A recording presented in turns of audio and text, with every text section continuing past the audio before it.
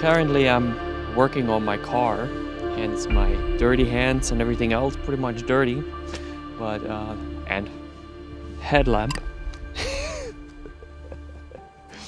It's a bit dark where I'm situated right now. I'm under the roof, and it's I'm basically replacing the manifold right now on the car because it's cracked, and it's an old Cherokee, um, which is kind of like segues a little bit into the topic that I want to talk about because it is about sustainability to some degree, and actually being aware of what you're buying.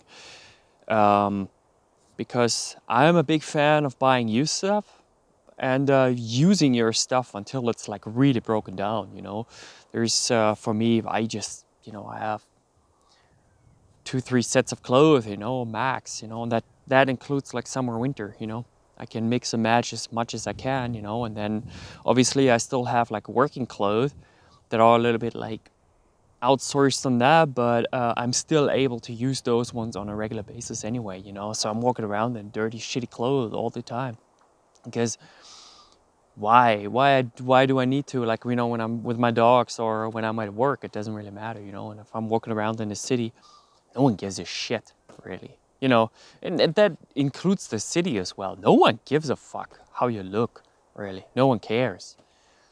But anyway, I digress. There's a couple stories that I want to tell, and then come to the topic that I specifically want to talk about because it kind of like uh, lends itself to it.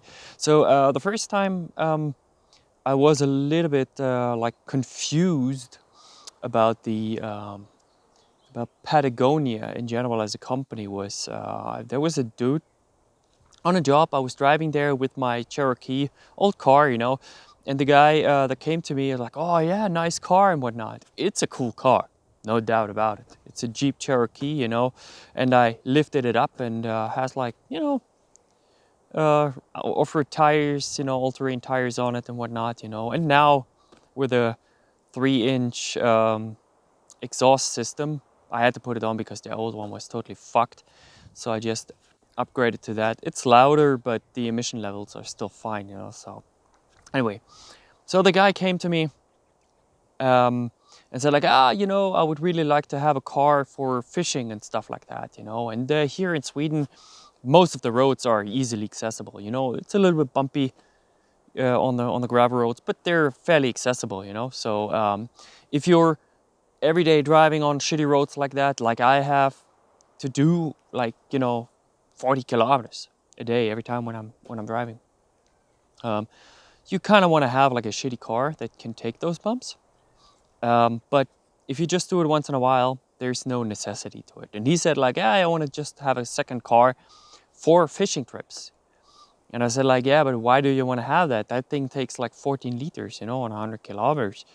And funny enough, that dude was wearing a Patagonia shirt.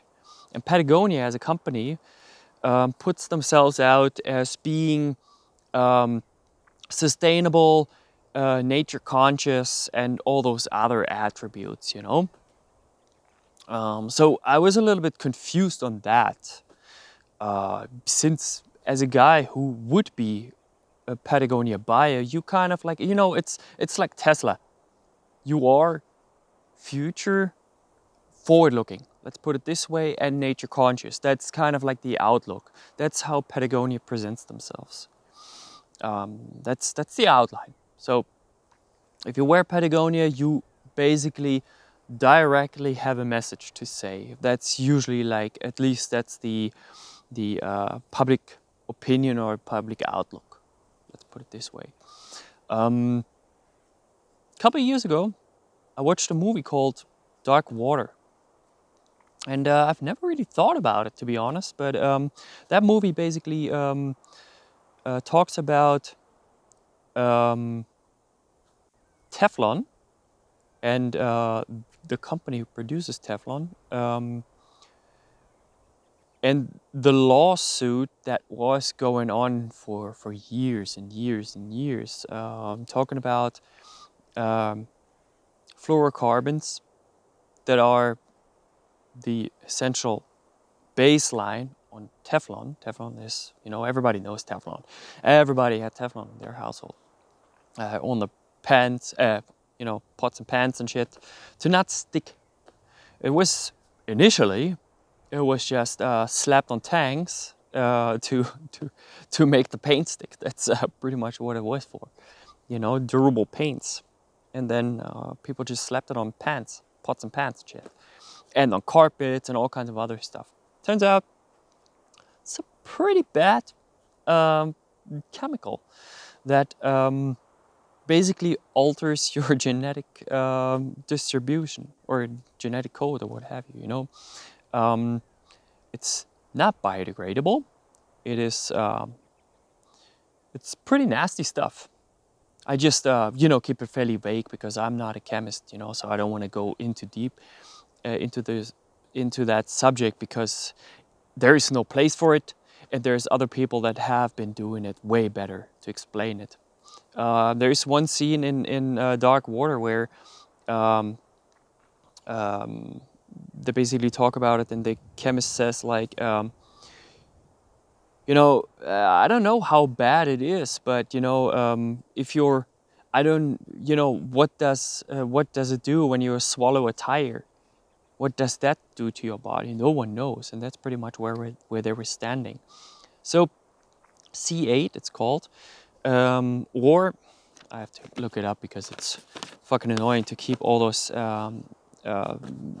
words straight. PFOS or PFOA, which are all part of the PFC family. And PFC, as we all know, everybody wants to get away from it. You know, everywhere it's written at PFC free, blah, blah, blah, blah, blah. So, and that trickled down into the outdoor industry as well, in that Gore-Tex and other fabrics that are water repellent are based on C8 or PFOA or PFOS material or chemicals that are just basically making those surfaces water repellent. The problem with the C8 is that the byproducts were so nasty that they caused cancer, caused liver deterioration, and all kinds of other health issues, tumors, miscarriages, and all kinds of other stuff. DuPont was sued over it, and it just later in the late 2000s, it basically came to a conclusion in some sense. So now we're facing the same problem in the outdoor industry that the government basically told the manufacturers you can't produce anything that has C8 in it. So they were searching for an alternative. So I just read an article on, or a statement from Patagonia. I'm just putting Patagonia out because they are like so, you know, in the forefront in terms of like nature and whatnot, you know. So that's why I'm putting them a little bit more in the forefront. But other companies do the same stuff. Basically saying like, okay, we wanted to get away from C8, so now we're going for. We found that the only product that fits the bill in terms of like durability and rain repellent and whatnot would be C6, which is still part of the PFC family. And it's, as they claim, is not as bad for the environment. The phrasing itself is already extremely bad. I will put the link, I will put all the links anyway in the comments and whatnot. Plus that comment in particular, I will put it there. So that alone, that statement alone should make you a little bit more curious about the whole thing. So Nick Wax had a really nice article about it as well. I'm going to put it in there as well. Saying, or basically writing down as well, that C6, yes, it's a little bit less problematic in the first place.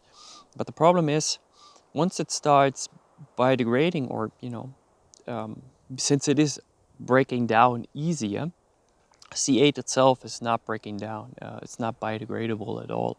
C6 apparently is not as strong as a chemical component, but it starts to break down. But the problem is, in the breaking down process, it produces PFC acid, which is really bad for the environment. So yes, from the beginning and in the production, it doesn't produce the same problems as C8, but in the long run, it still does the same shit. There's a really good topic to that. That's why I actually make this video. From last week tonight, I will link that in the description as well, where they talk like exactly about C8 in general and Teflon and all that kind of stuff. So it's really worth taking a deep dive into that topic. Not deep dive, but just in general, basically a customer awareness of that problem, PFC and all the other other chemical or other family members of PFC, basically. That's why you should be aware. None of us is free of any plastics or negative impact on our environment, because we all wear stuff that has plastics in it, that are PFC based or have some other chemicals in it that are not good for the environment. Plastics, as we all know, is not good. So if you can avoid it, avoid it. But to claim that, okay, we're using a chemical to treat our plastic with some other chemicals that are not as environmentally bad, should already indicate they are bad. So what the fuck do we talk about here? You know, it's ridiculous. But regardless of that, be aware of those kind of things. Yes, if you're buying used, you're basically not supporting that chain. And the last thing about Patagonia is, I was actually thinking of buying some stuff from Patagonia, because it's in general like the outlook of the company is a more nature preservant kind of way. But it's a huge company. It is. If a company sells shit on Zalando, you should know that there is a very, very, very bad hook to all that shit. If you buy from a local small company, you know, that produces small scale stuff, like this one here, plus minus null, all that stuff is not super good, neither in terms of like where it's coming from and whatnot. At least it's produced in a smaller scale. So have all that stuff in mind. Not just buy shit because you want it. Buy stuff that you actually need and use it as long as you can. I mean, ask your old timers, you know, your grandparents or whatever. They still wear shit that is 50 years old because it's still holding up. We're just like, our generation is like so into the capitalist system, in that like consume. You need the newest shit and whatnot. You don't. No one needs new shit. If the old stuff holds up, use it. Unless you're going on a really serious expedition and your stuff has holes in it, then you might consider changing something up. But don't just buy shit for the fuck of it, or because it's new or flashy or whatever. Ask your friend if they have a jacket that they don't need any longer, you know, before you start buying a new jacket or whatever. But if you really need to buy something new, look for something that has less environmental impact. I'm not saying you should all wear like flannel or like, you know, just cotton stuff or whatever. Not saying that, but look into if you really need it, and the purpose of all your clothing and everything. All right, I know that was a bit of a long rant, and I'm sure I didn't get all the facts right, but I hope that triggers a little bit of a thought process, at least to some degree. Yeah, again, I will list all the other stuff in the comments and whatnot, you know. So and feel free to call me out on bullshit or whatever. More than welcome. Have a good one. Oh my ass.